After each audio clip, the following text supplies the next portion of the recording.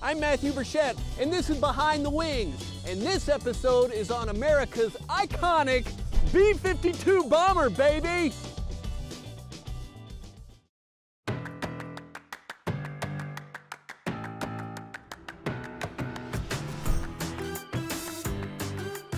Now, I say this a lot, but how cool is this?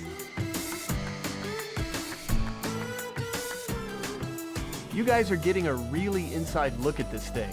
Not everyone gets to do that. Bam! Bam! Bam! Bam! Bam! Bam! Welcome to Behind the Wings. My name is Matthew Burchett. I'm the curator at Wings Over the Rockies Air and Space Museum in wonderful Denver, Colorado. And get ready to learn about some of the most iconic aircraft ever, learn about some really cool aviation history, and generally come away with just an amazing appreciation for aerospace in general. You're not going to want to miss this.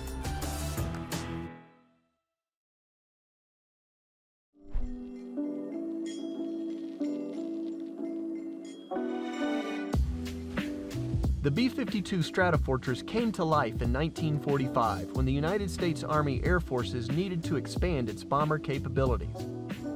In 1955, the first Stratofortresses were delivered to the 93rd Bomb Wing at Castle Air Force Base in California.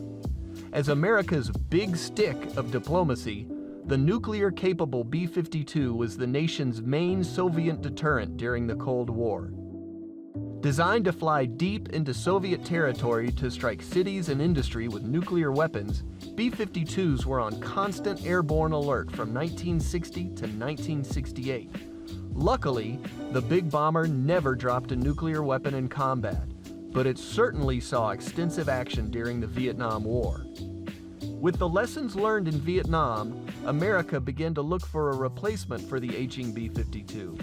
While the XB-70 Valkyrie and F-111 Aardvark were slated to fill the role of the Stratofortress, neither aircraft lived up to their hype, and the B-52 soldiered on. Even with the debut of the B-1 Lancer, the B-52 remained a part of America's nuclear triad. With continuous upgrades, the last B-52s manufactured in 1965 are still serving our country and are planned to serve until at least 2045. All right, that's enough chit-chat. Let's go explore the second oldest B-52 Stratofortress anywhere. Hey, welcome to this episode of Behind the Wings, which we're highlighting the B-52 bomber here at Wings Over the Rockies Air and Space Museum. If you've ever been to our museum, you certainly can't miss this monstrosity out front. But what you may not know are some of the salient features of this aircraft. Take, for example, the wingspan. That's 185 feet wide. Now, for comparison's sake, that's nearly 2 B-17 bombers from World War II. How nuts is that?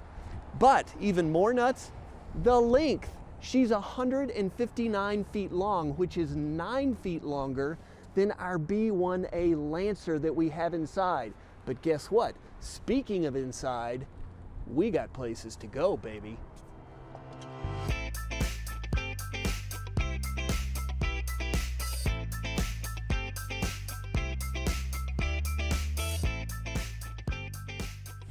We decided to start at the end and work our way forward. So we are actually in the gunner's position of a B-52B. And I will say this, there's a distinct smell about old planes. And I know there's some guys out there that know what I'm talking about.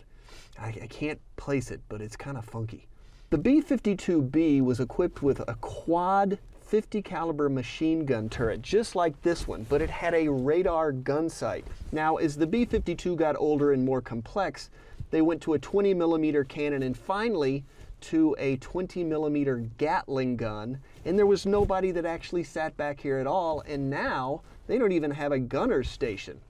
Did you know that the B-52 bomber is the largest airplane to have an aerial kill? It's true.